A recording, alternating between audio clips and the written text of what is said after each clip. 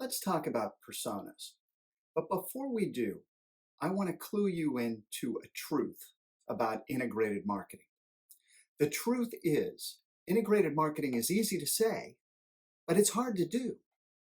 Why is it hard? It's hard because it requires focus, discipline, and stamina. Too many marketing campaigns have failed because of the loss of stamina, focus, direction. Too many times, politics gets in the way of executing a really good marketing strategy, and decisions become made by he who yells the loudest, as opposed to well-rounded facts and hypothesis based in customer data.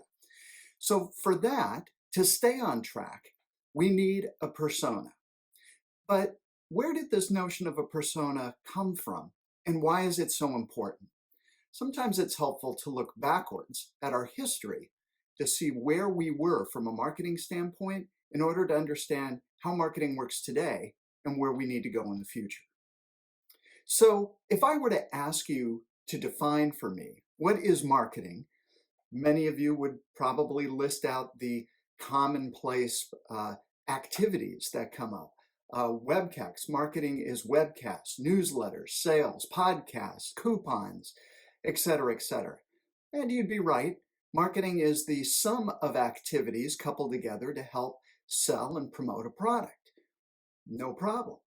But if that's marketing, here's the next question. What is integrated marketing? Integrated marketing is the thoughtful combination and connection of relevant marketing messages and tactics that are used to tell a story and engage the audience. It's the equivalent of parts flying in close formation versus an actual airplane. So let me ask you, which of these would you rather ride in? The same is true when it comes from marketing and why integrated marketing is so hard. So let me see if I can pull some of these pieces together. Now, I'm 56 years old. I don't look old, but I do remember the pre-internet days. And in 1990, I remember reading an article on the Washington Post that was called Ads. They're everywhere. And that intrigued me.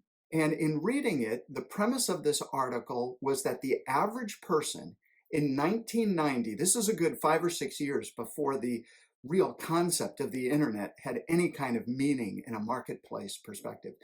So the Washington Post hypothesized that the average person, you and I, would be hit by more than 3,000 messages every day. And I thought, well, that's a pretty bold claim. That can't possibly be true. And so I decided to do my own little mini experiment. And on the work one day, I had a 20-minute commute to get from my home to the office. I decided to count the number of ads I would encounter along the way. Now, the ads would be anything from billboards to bumper stickers to signs to logos, anything that would present a message to me that said, hey, I'm here, pay attention. And in the 20 minutes that it took me to get to work, I lost count after 200. So now the concept of 3,000 messages every day, and that didn't even include television. And remember, email was in its infancy. There was not a lot of that going on back then. But 3,000 became a reasonable number. In fact, I also remember later that year, I was vacationing up at Lake Tahoe and went up to ski at the top of one of the hills. And I noticed after I got off the ski lift, what I was met with was a billboard for Marlboro cigarettes. I thought, gosh, I came all this way out here to get away from civilization, and here's this billboard standing me in my face.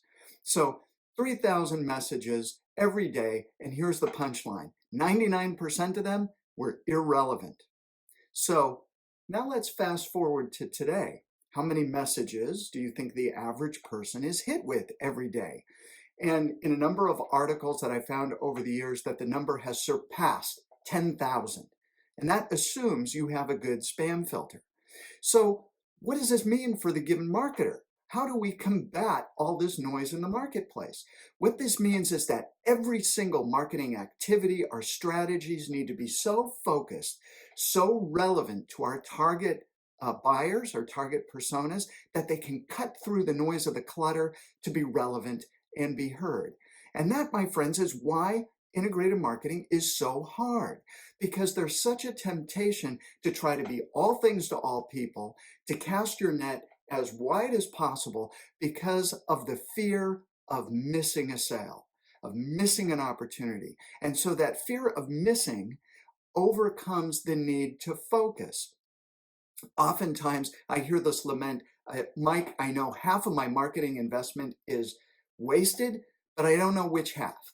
Well, here's the deal. I can actually tell you which half is wasted. All I have to do is look at your strategy and see if you have a well-crafted persona.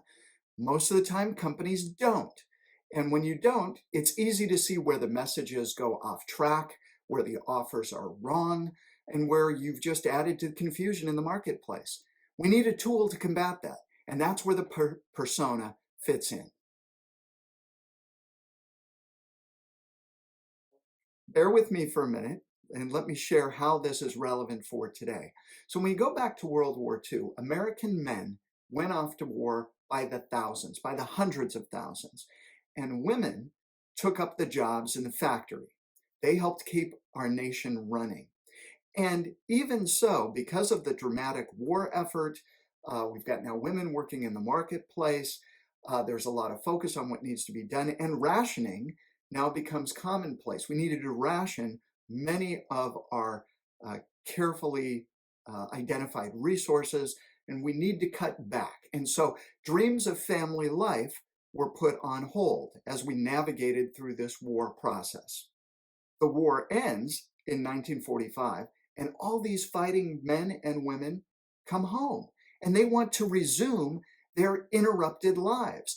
They had deferred dreams that they put on hold to look for the greater country's needs. And now when they return, they said, hey, it's my turn.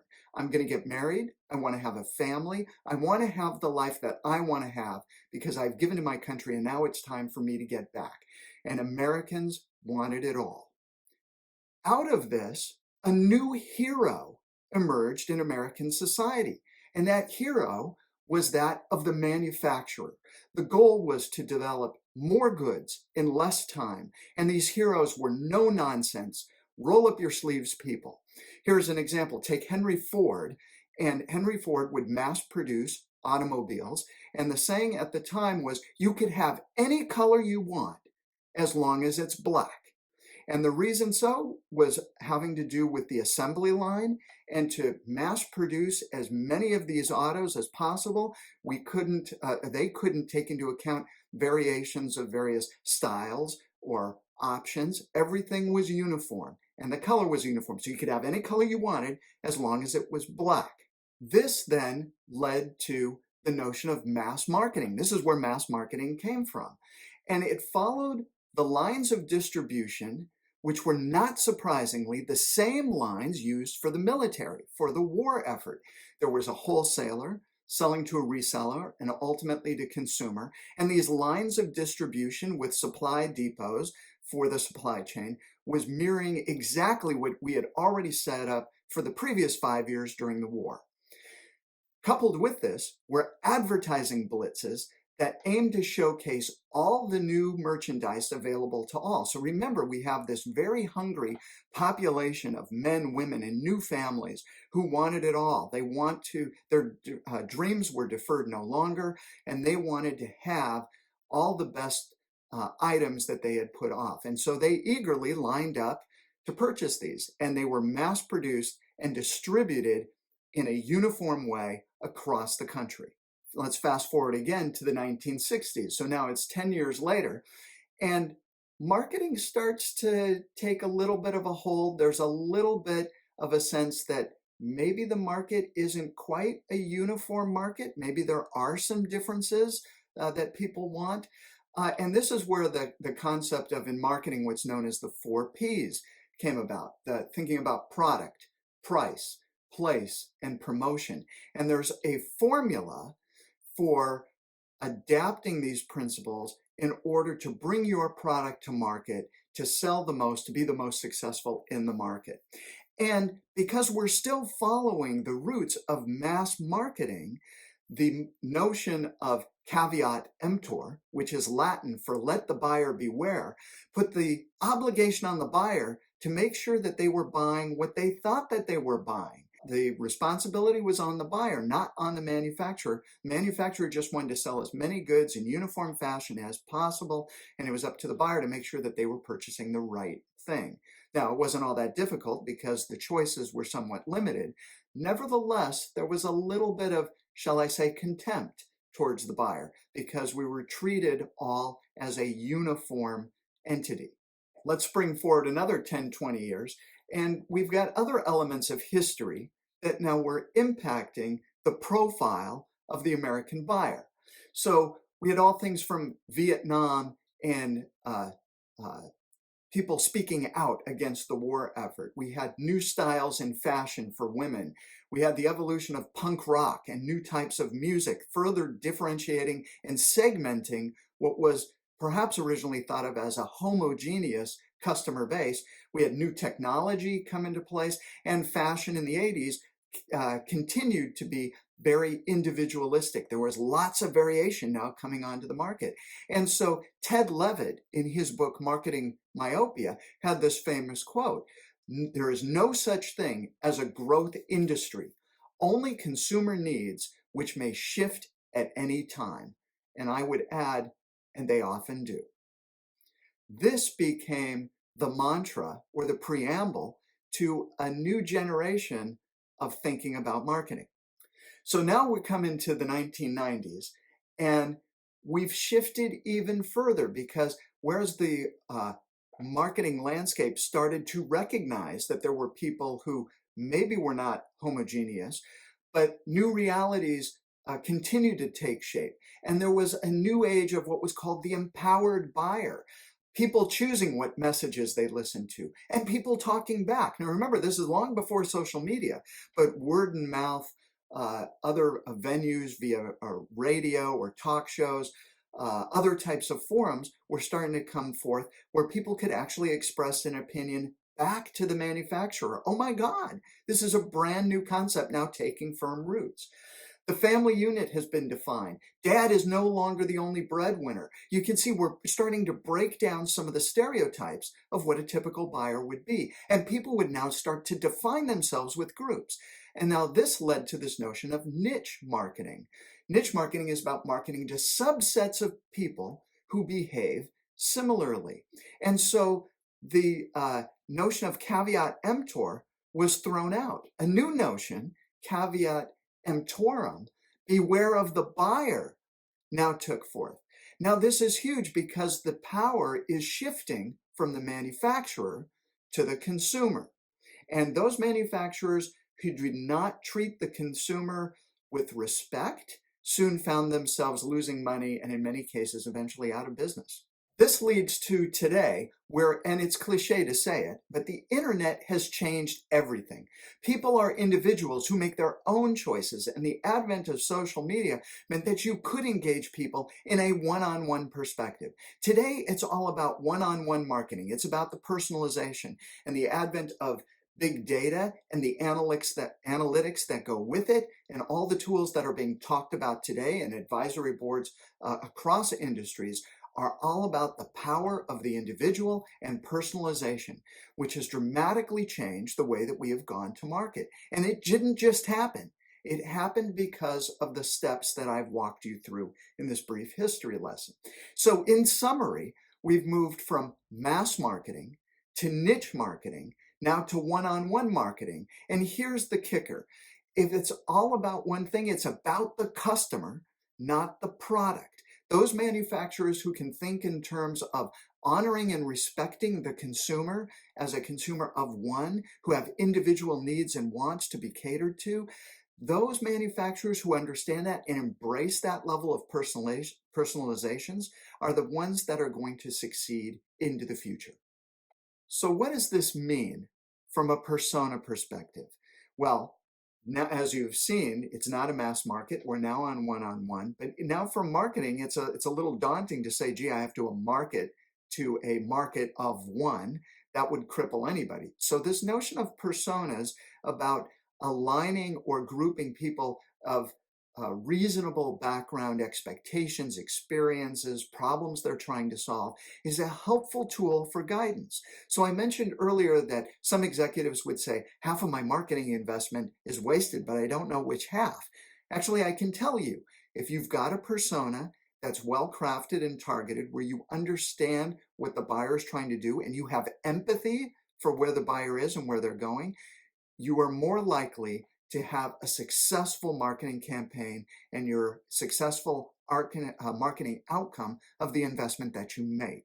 If you don't have it, if you try to be all things to all people, if you're sloppy, if you're lazy, you're going to miss it, and that marketing investment is going to be wasted. You'll go to the wrong venues, you'll have the wrong messaging, you'll have the wrong offer. We can no longer afford that today.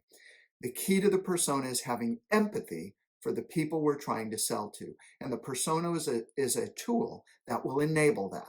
So this is all by way of background to introduce you to the concept of the persona.